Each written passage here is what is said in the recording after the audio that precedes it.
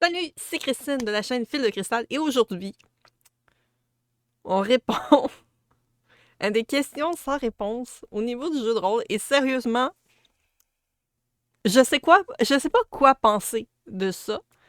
Ça vient, en fait, je suis tombée là-dessus, ça fait déjà un bon moment.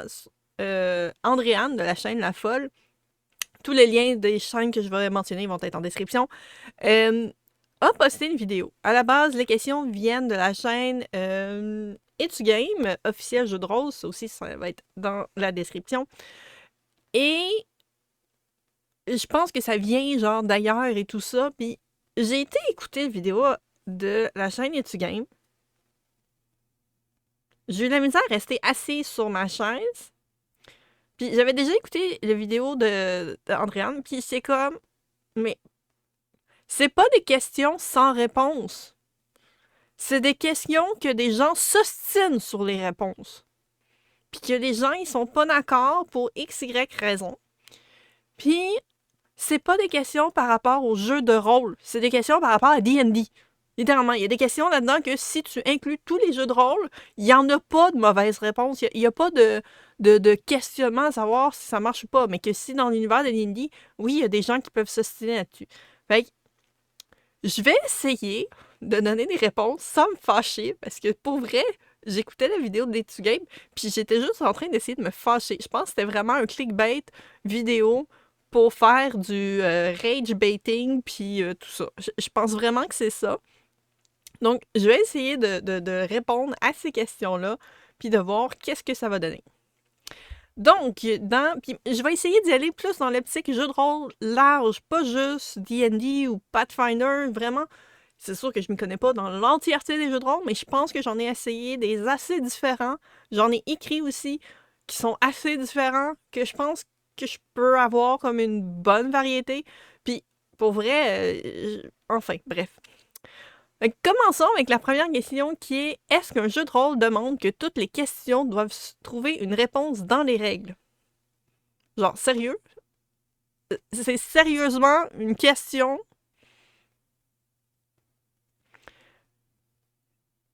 Moi, si on prend, mettons, là, on va rester dans Donjons et Dragons. Si on prend Donjons et Dragons, le nombre de livres qui sortent, puis qui arrêtent pas de sortir, puis qui réussissent à pas avoir réponse à tout, parce que c'est impossible. Une encyclopédie n'a pas réponse à tout. En histoire, on continue à chercher des trucs, puis on n'a pas toutes les réponses. L'être humain n'a pas réponse à tout. C'est impossible. Impossible qu'un livre de règles ait réponse à tout. Impossible. C'est un guideline. Tu peux pas trouver 100% des réponses dans un livre ou même dans une série de livres. C'est clair qu'il y a quelque chose qui va pas avoir été réfléchi ou pensé, parce qu'il n'y a rien de pire qu'une gang de joueurs pour penser à quelque chose que le DM n'aura pas pensé. Puis, vous allez toutes m'écrire en commentaire, décrivez-moi des choses que c'est arrivé, que en tant que DM, vous avez eu des joueurs qui ont décidé qu'ils font fuck it la quest, puis qu'ils font qu'est-ce qu'ils veulent. Ou peu importe, whatever, qu'est-ce qui se passe, qu'ils font qu'est-ce qu'ils veulent. Il n'y a rien qui te prépare à ça. Rien. Moi, ça m'est arrivé dans une game, puis là, je vais parler de la game que je DM de Praetoria Prima, où est-ce qu'il y a des joueurs qui ont décidé qu'ils giflaient une femme pour essayer d'y remettre ses esprits. Puis moi, j'ai vraiment fait comme, genre, sérieux? De toutes les façons que tu pouvais, de rassurer, consoler, crier après. Toi, t'as décidé que t'as giflé. Ça m'a vraiment pris un bout de temps avant de, comme, reprendre la partie parce que j'étais juste estomaquée. Puis clairement, c'était pas précisé que... C'était juste marqué qu'il trouve un moyen de la calmer pour soutirer des réponses. C'est clairement pas précisé, la gifler est une option. Tu sais, c'est... Enfin, bref. Donc, non. C'est littéralement impossible d'avoir toutes les réponses dans un livre. Impossible. Et ce, peu importe le jeu de rôle, mais même peu importe les sujets. Peu importe les sujets. Harry Potter, il y a 7 livres, il y a 8 films, puis le monde pose encore des questions sur des trucs qu'on n'entend pas parler ni dans les livres ni dans les films. Qui se demandent c'est quoi la relation entre deux personnages que tu as à peine les noms ou entrevus dans le fond d'une scène. Il n'y a pas de réponse. Il n'y a pas de réponse. Puis il n'y en aura probablement jamais, parce qu'à un moment donné, tu peux pas décrire 100% tout ce qui existe. Voilà. Je suis déjà pompée, puis on est juste à la première question, puis il y en a 5, ça va pas bien. Alors, est-ce qu'un jeu de rôle doit mettre à l'épreuve le joueur ou son personnage? Ça, je peux comprendre qu'il peut avoir un débat. Dans le fond, dans le jeu de rôle, il va y avoir souvent des énigmes. Et ça, peu importe le type de jeu de rôle. C'est généralement pas juste genre, t'arrives... C'est sûr, si t'arrives, t'as un gobelin qui est menaçant, ben, tu le tapes, puis voilà. T'as pas de temps de réflexion. Le marchand te demande 3 pièces d'or pour une paire de bottes, tu peux négocier avec. C'est pas tant... on s'entend que t'as pas une grosse réflexion là-dessus. C'est sûr que si t'arrives, puis il y a une porte fermée, qu'il y a comme une espèce de... pas juste genre une serrure, mais que t'as comme une espèce de bricolage ou un code à rentrer ou des choses comme ça. Donc, il y a une réflexion qui doit faire, une enquête qui doit être faite. Est-ce que c'est au joueur de le faire ou au personnage de le faire? Je considère, et ça c'est vraiment très personnel, parce que ça m'est arrivé des situations où est-ce que puis là, ça me fait penser justement à la partie de jeu de rôle avec JDR D30, qui d'ailleurs a répondu à ces questions-là. J'avais voulu écouter sa vidéo, puis je l'ai écouté, mais d'une oreille, j'étais trop distraite parce qu'il y avait du bruit, fait qu'il va vraiment falloir que je la réécoute.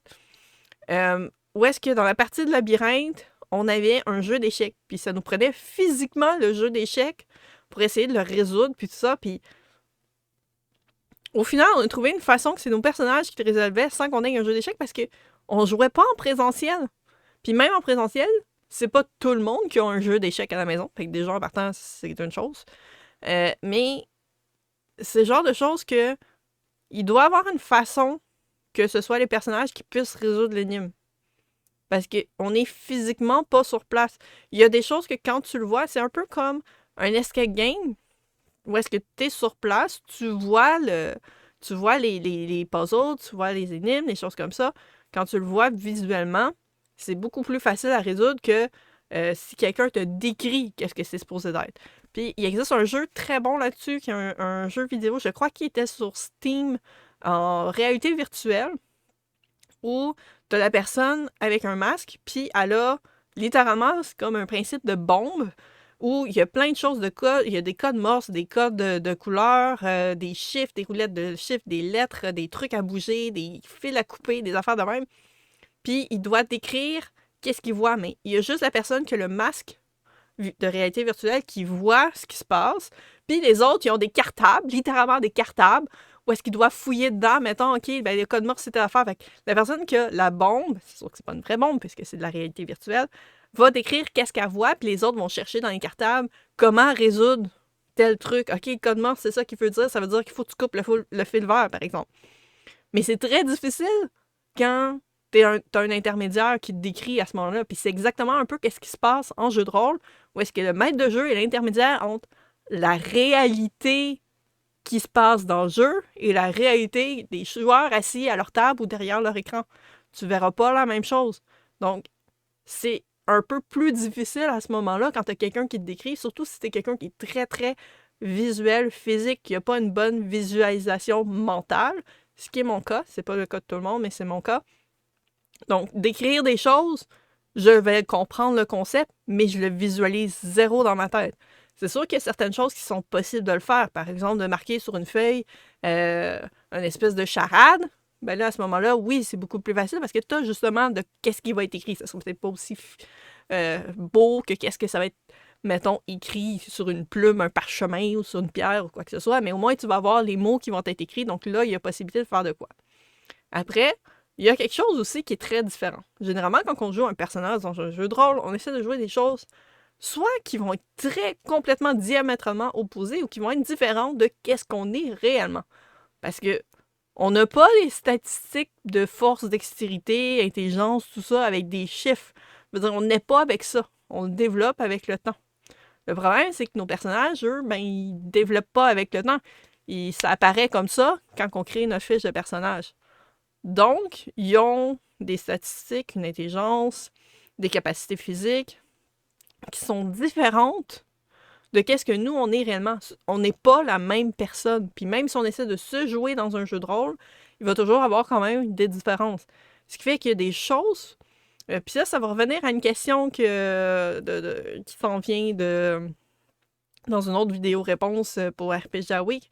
Mais on n'est pas la même personne, on n'a pas la même façon de réfléchir, la même capacité, justement, de résoudre des énigmes que notre personnage. Puis il y a des choses qu'on peut faire que notre personnage ne fait pas et vice-versa.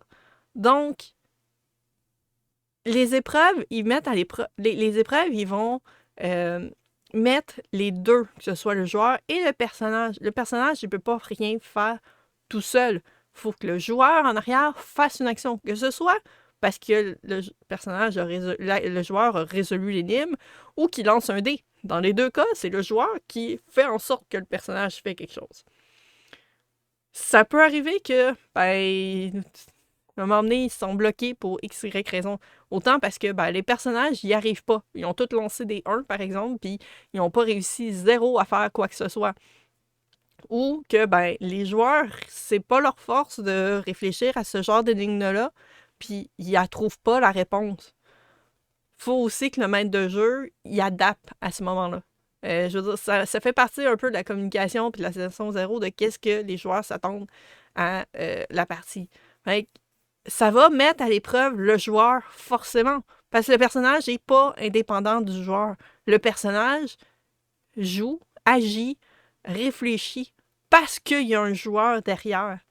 Il n'existe pas tout seul. Il peut pas exister tout seul, sinon c'est juste une feuille, puis il fait rien tout seul, le personnage. Puis oui, des fois, on va avoir l'impression que le personnage agit contre nous d'un certain sens, ou est-ce qu'il fait des choses qu'on s'attendait pas à ce qu'il ferait, mais c'est le joueur quand même qui va faire en sorte que le personnage a fait ça. Que ce soit en lançant des dés, oui, il va y avoir le hasard selon ce qui réussit ou pas, mais dans notre vie de tous les jours aussi, on est influencé par le hasard. Il y a des choses qu'on veut faire, puis finalement, il se passe de quoi qui fait que ça marche pas. C'est le même principe. Des fois, on a l'impression qu'on a jeté un 1 dans notre journée quand on s'est cogné un orteil sur un meuble, t'sais. Donc, forcément, c'est le joueur qui va être à l'épreuve. Après ça, comment résoudre l'épreuve? Je pense que c'est un peu plus ça. C'est genre, est-ce que ça devrait être juste les dés qui sont lancés puis ça fonctionne pas? Ou le joueur va pouvoir dire, hey, je sais, la réponse, c'est tel truc pour l'énigme. Ça se peut que techniquement, ton personnage, il l'aurait pas trouvé. Mais à un moment donné, tu peux pas non plus passer 10 heures sur un énigme, puis il faut avancer l'histoire. Ou, mon personnage n'est pas assez intelligent, donc il l'aurait pas trouvé, mais c'est un peu un travail d'équipe. Si vous êtes plusieurs dans la pièce, ça se peut que ce soit pas la personne qui ait le plus haut taux d'intelligence dans le truc. Puis encore là, je trouve que c'est tellement genre facultatif. C'est pas parce que t'as 20 d'intelligence que t'as réponse à tout. Ça se peut que même avec 8 d'intelligence, il y ait des choses que tu saches. Ça se peut. C'est juste que, ça donne qu'à ce moment-là, tu la sais la réponse. Celle-là, tu l'as su. Pourquoi? Coup du destin. Ça peut arriver des fois, des choses que, élimination, ça là, ou je l'ai entendu quand j'étais tout petit. Tu peux pas savoir qu'est-ce que ton personnage a fait quand il était tout petit. Tu peux avoir une idée parce que tu as écrit son background. Tu l'as pas vécu. T'as pas le temps de vivre toute l'histoire qui s'est passée dans sa vie, surtout si tu joues un elfe de 600 ans à un moment donné. Fait que, oui, il y a des choses qui peuvent s'arriver, même si, c'est pas le niveau d'intelligence de mon personnage de le savoir, fait que je le dirais pas. Ça se peut que le niveau de personnage, d'intelligence d'un autre des personnages soit plus élevé, mais que le joueur, ça donne à rien, il n'y trouve pas la réponse. Puis des fois, avec le stress, c'est beaucoup plus difficile de trouver des réponses. Essayez juste de regarder tous les jeux de quiz, genre de trouver des chiffres, des lettres, puis de former des mots. Le monde qui stresse ou de donner des réponses sur le fly comme ça, avec le stress de la télévision, puis tout ça, les gens hésitent, puis pourtant, toi, t'es dans ton salon. Ah oui, mais c'est ça la réponse! C'est beaucoup plus facile quand t'es pas en situation de stress de trouver des réponses. Beaucoup plus facile. Donc, je pense que j'ai fait pas mal de tour de cette question-là. Je pense que je suis moins pompée sur celle-là. Sinon, troisième question. Est-ce qu'un jeu de rôle est une création d'histoire ou un jeu tactique de combat? Donc, dans le fond, est-ce qu'on crée une histoire dans le jeu de rôle ou c'est juste un jeu de risque, finalement? C'est sûr. Moi, je vais y aller avec la création d'histoire parce que, encore là, cette question-là est extrêmement pointue pour du Donjon et Dragon ou Pathfinder. Parce qu'il existe énormément de jeux de rôle qui ont 0 combat. 0. Sur les 3 jeux de rôle que j'écris, j'en ai 2 qui n'ont pas de combat. Ça, c'est juste à la tête de même. Puis il y a plein de jeux de rôle que j'ai vus qu'il n'y a pas de situation de combat. C'est pas le but de ce jeu de rôle-là. Est-ce que ça en fait moins un jeu de rôle? Non. C'est pas l'optique, c'est pas le concept, c'est pas le thème de ce jeu de rôle-là. Puis sérieusement, dans le jeu de rôle, les combats sont menés par une histoire. Qu'est-ce qui fait que tu t'en vas vaincre une liche dans son repère? C'est pas genre, OK, on commence ce soir, on s'en va vaincre une liche dans un repère, vous lancez vos dés pour savoir si vous y faites des dégâts. Non! La liche a probablement attaqué un village, elle a probablement... Ça peut être minime comme histoire. Minime! Mais il y a une histoire, il y a un prétexte, il y a une situation qui fait en sorte que faut que les personnages aient tapé la liche. Ou différentes affaires. J'ai un jeu de rôle auquel que j'ai joué où est-ce que on se rendait à un bal définissant puis on essayait de faire en sorte que la personne qui était probablement plus mis en avant, qui était probablement pour être couronnée la reine du bal définissant, fallait vraiment pas que ce soit elle qui soit choisie, peu importe qui, mais tout sauf elle. Puis c'était ça, genre, la partie. C'était un one-shot, c'était hyper drôle, on a ri notre vie, mais il n'y a pas eu de combat. Ça aurait pu, parce que ça reste des étudiants de secondaire, fait que c'est le genre de choses qui peut arriver quand même, mais il y a tellement de jeux que c'est juste du social, puis il y a des jeux de rôle qu'il peut avoir du combat, puis au final, ben, dans la session, il n'y en a pas eu du tout. Pourquoi? Parce que ça s'est pas apprêté, il y a eu des relations diplomatiques qui se sont faites et tout ça. Fait, je pense pas qu'on peut enlever l'histoire du jeu de rôle. On peut pas incarner un rôle s'il n'y a pas d'histoire. Tu peux pas avoir un rôle si t'as pas un prétexte. Puis ça, c'est pareil dans les jeux vidéo. Ben, je vais reprendre très très vieux parce que c'est l'image que j'ai le plus en tête, le plus simple, puis je le connais mieux. Diablo 1 et 2. Principalement, Diablo 1 est encore plus simplifié. T'as trois classes. Fait que t'as genre la fille archère, t'as le gars guerrier, puis t'as le gars mage. Puis t'arrives, t'as un village, puis t'as une cathédrale qui est effondrée. Puis on s'entend, c'est un jeu, genre, c'est un hack and slash. Là. Ton but, c'est descendre les étages de la cathédrale puis détruire le monde. Ils ont quand même foutu de l'histoire là-dedans. Il y a quand même de l'histoire. Il y a quand même un petit garçon avec sa béquille qui a été attaqué. Il y a quand même une personne que tu vas trouver à moitié morte sur le bord du chemin qui va te dire d'aller chercher de quoi. Je pense que ça, c'est la quest du King Leoric. King Leoric, ils ont réussi à faire un lore là-dessus.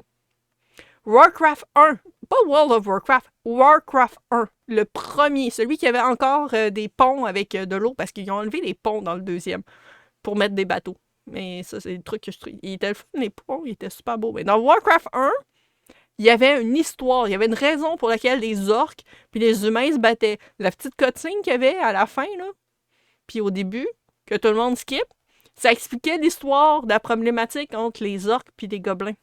Entre les orques et les humains. Il y a une histoire. Pourtant, on s'entend, c'est un jeu de stratégie de combat. Ils ont quand même trouvé un prétexte qui a une histoire qui fait en sorte que il y a une guerre entre les gobelins, puis entre les orques, gobelins, puis les humains de l'autre côté. StarCraft aussi, c'est la même chose. C'est des jeux de tactique de combat. Puis même à la limite, Risk, il y a une histoire. C'est une histoire politique, c'est de la géopolitique.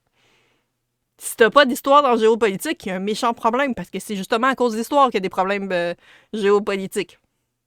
S'il y a des guerres, c'est à cause d'histoire. C'est qu'est-ce qui s'est passé. Puis ça continue à créer une histoire. Fait que, tu peux pas enlever l'histoire du jeu de rôle. Est-ce que tu peux enlever le combat du jeu de rôle? Oui. Mais tu peux pas enlever l'histoire du jeu de rôle. Fait que, selon moi, c'est beaucoup plus une création d'histoire dans laquelle il peut y avoir du combat. Sans problème. Puis ça peut être très stratégique, le combat, là-dedans. Mais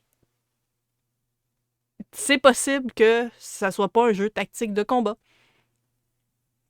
Et ça, même pour D&D. Quatrième question. Est-ce qu'un jeu de rôle demande à ce qu'il y ait une conception du bien et du mal? Dans la majorité des jeux de rôle, il y a souvent, ceux comme justement Donjons et Dragons, Pathfinder, ces choses-là, souvent il va y avoir un alignement qui va varier. Bon, tu vas avoir bon, neutre et mauvais, puis tu vas avoir loyal, neutre et chaotique. Ce qui fait que neutre est probablement la plus difficile à jouer comme alignement. Mais là, je vais reprendre une idée quand je faisais du jeu de rôle, du grandeur nature en fait. Il y avait sur le terrain une troupe d'humains qui était pour la grande majorité des paladins en plus. Donc eux étaient loyal bons. C'était vraiment leur alignement parce qu'il y avait des alignements aussi au niveau du grandeur nature. Et t'avais du côté Evil, t'avais des drôles. Il y avait des elfes noirs sur le terrain qui, eux, étaient des loyaux mauvais, mais il y en avait qui étaient des chaotiques mauvais. Puis il y en avait qui étaient des neutres aussi. Mais c'est ça que je trouvais comme particulier parce que moi, j'étais un personnage neutre good. J'étais une elfe, une high elf. Et j'étais le seul personnage sur le terrain à un moment donné qui faisait de la guérison. Pendant à peu près une saison et demie, j'étais le seul personnage qui pouvait guérir l'entièreté du terrain. Puis ça, c'est sans les animations, sans les animateurs. Quand la moitié du terrain est du côté evil, puis l'autre moitié du terrain est du côté good. Puis, c'est là que j'ai fait comme... Je pense que les humains étaient même pas loyaux. Je pense qu'il y en avait qui étaient comme plus chaotique good. Mais je sais qu'ils étaient cassés good. Puis c'est là que j'ai fait comme les good, eux autres, quand ils venaient me voir après les escarmouches, parce que je guérissais les deux côtés. Moi, j'avais pas d'affiliation. Fait que les good, ils venaient me voir, puis ils étaient comme, bon, on a besoin de se faire soigner les blessures, en échange, on va te protéger et tout ça. Fait que eux, ils voulaient pas me payer, parce que pour eux, ils me protégeaient. Enfin, c'est ce qu'ils pensaient. Puis, j'avais à d'autres moments où est-ce que, ben là, c'était les elfes noirs qui venaient me voir, ben j'étais la seule personne qui pouvait les guérir sur le terrain, ben je suis la seule personne qui pouvait guérir. Tout court. Puis, ils ont fait comme, ben, on va te donner des cristania, c'était les cristaux pour faire la magie. Puis, on va te donner des pièces d'or pour que tu nous guérisses.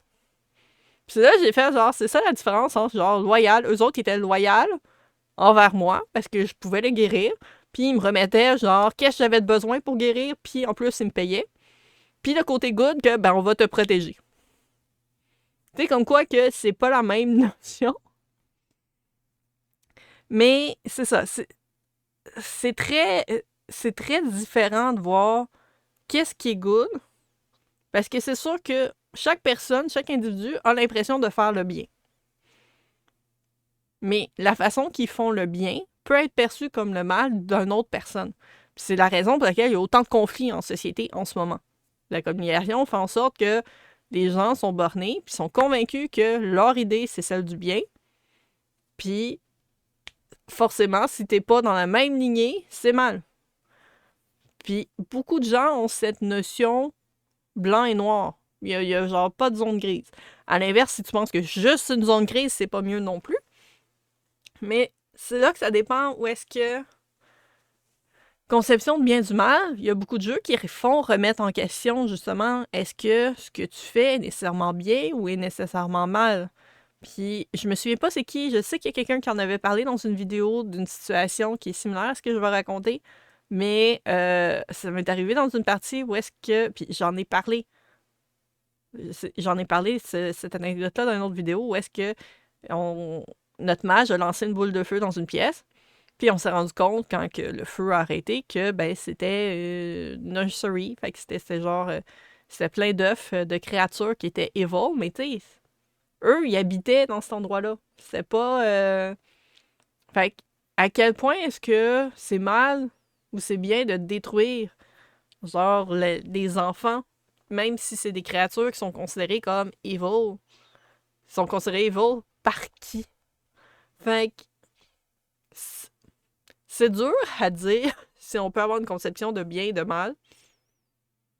Je pense que ça peut être intéressant au niveau de la réflexion, au niveau de certains concepts. Je pense qu'il y a des jeux de rôle qui n'ont pas besoin d'avoir ça, parce que justement, si tu n'as pas besoin d'avoir de combat, je pense justement à mes jeux que j'ai écrits, Faiseurs de rêves d'enfants, Il n'y a pas de conception vraiment de bien ou de mal. C'est un monde onirique, puis tout est comme... Oui, il y a des problématiques qui peuvent arriver, mais c'est pas des choses qui ont un lien avec le bien ou le mal sous un principe religieux. Je pense que la conception de bien et de mal vient beaucoup avec... Ça prend une religion qui va établir qu'est-ce qui est bien et qu'est-ce qui est mal. Donc, une certaine forme d'autorité. Si le jeu de rôle n'a pas ce principe-là, ben... Après ça, ça vient aux joueurs selon leur âme et conscience, qu'est-ce qu'ils considèrent qui est bien, puis qu'est-ce qu'ils considèrent qui ne l'est pas. Je sais pas trop si ça répond à la question, c'est ambigu, mais encore là, c'est que j'ai l'impression que c'est obligatoire plus dans un concept où est-ce que tu as des combats. Qui revient au fait que c'est pas tous les jeux de rôle qui ont du combat. C'est pour ça qu'ils disent, est-ce qu'un jeu de rôle doit ben... Ils utilisent un terme large de jeu de rôle, mais pour parler d'une très petite catégorie de jeux de rôle, qui est très connue, mais qui est petite par rapport à toutes les sortes de jeux de rôle qui existent. 5e question, donc la dernière question officielle de EtuGame. Est-ce qu'il existe une bonne façon de jouer et est-ce que cette façon est dictée par le créateur du jeu? Je dirais pas qu'il y a une bonne façon de jouer. Il y a clairement une mauvaise façon de jouer.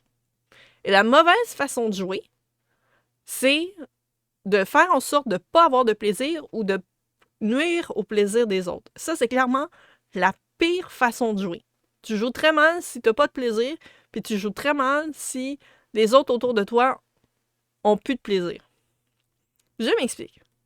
Si tu joues, c'est un jeu. T'es supposé avoir du plaisir quand tu joues à un jeu. Fait que c'est sûr que si t'as pas de plaisir, arrête. Reste pas dans la partie. Puis ça peut être plein de raisons aussi. Ça se peut que tu files pas, ça se peut que les gens autour de toi, ça soit pas... ça va pas bien, ça se peut que le système ou le thème du jeu te plaît pas. Reste pas là. Si t'as pas de plaisir, continue pas. Fait que c'est clairement pas une bonne façon de jouer si tu te forces à participer à une partie que t'as pas de plaisir. Parce que de toute façon, tu vas nuire au plaisir des autres. Puis là aussi, c'est une mauvaise façon de jouer. Si tu t'arranges pour que les autres personnes n'aient pas de plaisir, puis ça, c'est que tu sois DM ou joueur, dans les deux cas. Si tu t'arranges pour que les autres joueurs autour de la table, même si c'est juste un ou tout le monde, n'ont pas de plaisir, c'est une très mauvaise façon de jouer. Très, très, très, très, très mauvaise. Puis ça, ben, c'est pas le créateur du jeu qui va te dicter ça, là. Ça s'appelle le bon sens. La logique. T'es pas supposé, dans ta vie, nuire au plaisir des autres. C'est pas ça ton but ultime dans la vie. Là, tu viens peut-être d'apprendre c'est quoi le but de ta vie. Ton but dans ta vie n'est pas de nuire au plaisir des autres. Entre autres. Tu prends d'autres buts dans la vie. Mais je peux t'assurer que de nuire au plaisir des autres, c'est pas ton but dans la vie. Puis, il n'y a pas de bonne façon de jouer dans le sens que tu peux jouer de différentes façons. Tu peux jouer by the book. Tu peux jouer de façon très théâtrale. Tu peux jouer en ligne. Tu peux jouer en présentiel. Tu peux jouer à une personne parce qu'il y a des jeux solo. Tu peux jouer juste à 2, un DM avec un joueur. Tu peux jouer à 10. J'ai déjà vu ça. C'est un peu plus particulier, mais ça se fait. Tu peux jouer en... Rendu là, ça devient presque du grandeur nature, juste assis. Tu peux jouer avec plein de personnes. Tu peux jouer pas de DM. Tu peux jouer avec 2 DM qui vont s'alterner. Tu peux jouer de tellement de façons. Puis, c'est pas le genre de choses que je vois écrit nécessairement dans le livre. Il y a des livres qui vont dire « Ah, cette histoire n'a pas de DM » ou « Cette histoire est un jeu solo ». Mais le principe, où est-ce que j'ai déjà vu ça? Où est-ce que t'as un DM qui s'occupe de l'histoire, puis un autre DM qui est plus le book ruler, donc la personne qui va comme s'occuper plus des parties combats, les réglementations puis ces choses-là. Donc, quand il y a les combats, c'est ce DM-là qui s'en occupe, puis d'autres s'occupent plus du storytelling. J'ai déjà vu ça. Des parties que le DM change à chaque game. C'est pas écrit dans un livre que tu peux faire ça. Mais tu peux faire ça. Il y a des jeux qui sont pas prévus pour être solo. Il existe aussi des modules qui font en sorte que tu prends ce module-là, puis ça te permet de jouer solo à un jeu qui n'est pas prévu à la base. C'est pas écrit dans le livre de base. C'est écrit dans le nouveau module. Mais ça, tu peux pas nécessairement le savoir si c'est juste un livre de base. Il n'y a pas de bonnes façons qui sont imposées par les créateurs. Puis, honnêtement, la seule règle qui est marquée, puis il me semble que c'est marqué dans les livres de Donjons & Dragons, mais je l'ai vu dans d'autres livres aussi, faut avoir du plaisir. La bonne façon de jouer, c'est d'avoir du plaisir. Puis ça, c'est dans n'importe quel jeu. Tu sais, le rage quit, là, pour vrai, là, tu devrais pas te rendre à ce point-là. Si t'es rendu au point de t'être enragé dans un jeu, que ce soit vidéo, que ce soit jeu de rôle, que ce soit un casse-tête, lâche-le. Lâche prise. C'est correct d'abandonner de quoi. C'est mieux d'abandonner de quoi parce que t'as pas de plaisir. Ça s'explique très bien. Puis ça se peut que tu saches pas pourquoi t'as pas de plaisir. Puis tu te fasses comme, écoutez, gang, ça marche pas, je me sens pas bien, je suis pas dedans, j'aime mieux arrêter. Je veux prendre une pause. Ça peut être juste une pause d'une semaine, ça peut être une pause. Je vais aller pisser. Ça peut être des fois juste aller prendre 10 minutes dans la salle de bain. C'est correct, aller prendre une gorgée d'eau, te manger quoi. Changer les idées. Ça peut être 6 mois de pause. C'est correct. Il y a rien qui vous empêche de ça. Puis la seule bonne façon de jouer, c'est d'avoir du plaisir. Puis si t'en as plus de plaisir, prends une pause.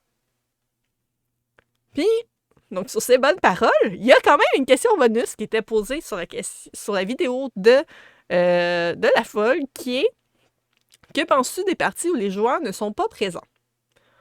Ça dépend beaucoup des types de parties. C'est sûr que pour une one-shot, c'est un peu dommage s'il manque des gens qui étaient prévus d'être là. Ça, c'est une autre affaire. On va imaginer sur des parties qui sont plus longues. Dans un jeu solo, s'il manque des joueurs, en fait, la partie n'a pas lieu. Hein? Parce que t'es tout seul.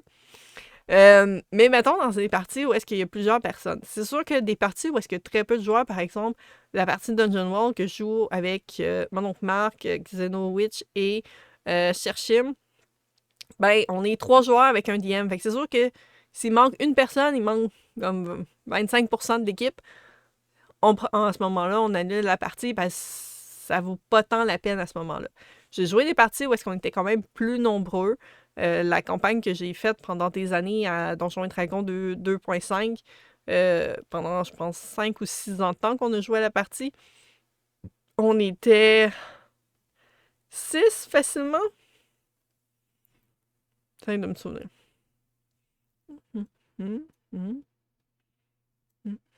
On était 6 avec le DM. 5 joueurs plus le DM. Des fois, il y avait une 7e personne qui se rajoutait. Mais s'il manquait une personne, on avait la partie pareille. Puis le principe qu'on faisait, c'est la personne était dans la bouteille. Donc, ça, c'était vraiment très, très drôle parce que la DM, elle avait une bouteille qui est une bouteille genre de 2 litres, mais pas soufflée. Donc, ça a l'air d'une petite éprouvette, mais le bouchon est exactement pareil qu'un 2 litres de liqueur. Donc, on disait que ça, c'était la bouteille dans laquelle le joueur était transporté. Et, tout simplement, pendant que ça avait lieu, on faisait la partie normalement. Puis, quand il revenait, c'est comme s'il était sorti de la bouteille, puis c'est tout, là. Il n'y avait pas, il est parti... En fait, il y en avait un qui manquait un peu souvent, puis c'était le ranger, et on disait qu'il était parti pisser dans le bois. Même si on était en pleine ville, même si on était en plein cœur de donjon, il était parti pisser dans le bois, tu sais. Mais ça, c'était plus un running guy. Mais sinon, on n'avait pas vraiment de quoi qui changeait le fait que l'équipement, on considérait qu'il était commun pour qu'est-ce qu'on gardait comme les pièces d'or et ces choses-là. Fait qu'on ne prenait pas en considération que on a besoin d'acheter de quoi. Ah, ben non, la personne qui a le cash est pas là.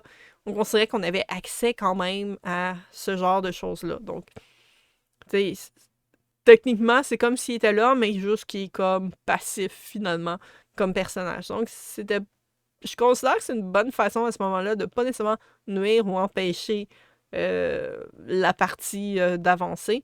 Dans des cas où est-ce que c'est, mettons, des XP par game, c'est sûr que quelqu'un qui est là moins souvent va avoir moins d'expérience qui va être cumulée.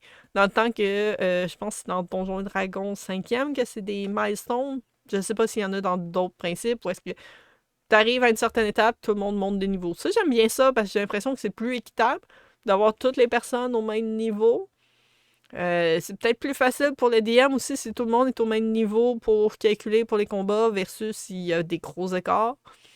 Je pourrais pas dire parce que j'ai pas joué dans des situations où les gens avaient énormes d'écarts. Généralement, ils ont un niveau, peut-être 2 niveaux de différence, puis ça fait pas une assez grosse différence pour impacter le jeu. Donc moi, personnellement, ça me dérange pas. Tu sais, qu'il y ait un joueur dans la bouteille, puis que la partie se continue, une game, puis c'est pas grave. Tu sais, ça fait en sorte que ça annule pas de quoi, surtout si c'est quelque chose de très régulier. Puis c'est sûr, quand c'est une très petite équipe, ben là, c'est plus délicat à ce moment-là, parce que ça peut faire un gros impact sur la partie. Donc, ça fait le tour des questions, pas sans réponse, mais d'ostinage, on pourrait dire. Je pense que je me suis quand même moins emportée que qu'est-ce que je m'attendais. Je pense plus ça allait, plus j'étais calme au niveau des questions. J'espère que ça vous a quand même plu. J'ai réussi à dépasser les 30 minutes, je viens de remarquer ça. Bon, ben apparemment que c'est le fun quand je fais des vidéos de 30 minutes, mais j'espère que ça va vous avoir plu comme vidéo. Je vous dis merci beaucoup de votre attention. Si jamais vous avez envie de répondre à ces questions-là, ils vont être aussi dans les descriptions, dans les petites barres en bas. Vous pourrez répondre dans les commentaires. Et s'il y a des questions que ça vous plairait justement que je réponde ou des vidéos où vous seriez curieux de voir faire des réponses à, n'hésitez pas non plus à me les mentionner en commentaire. Ça va me faire plaisir de pouvoir y répondre. Donc, je vous dis à la prochaine. Bye bye!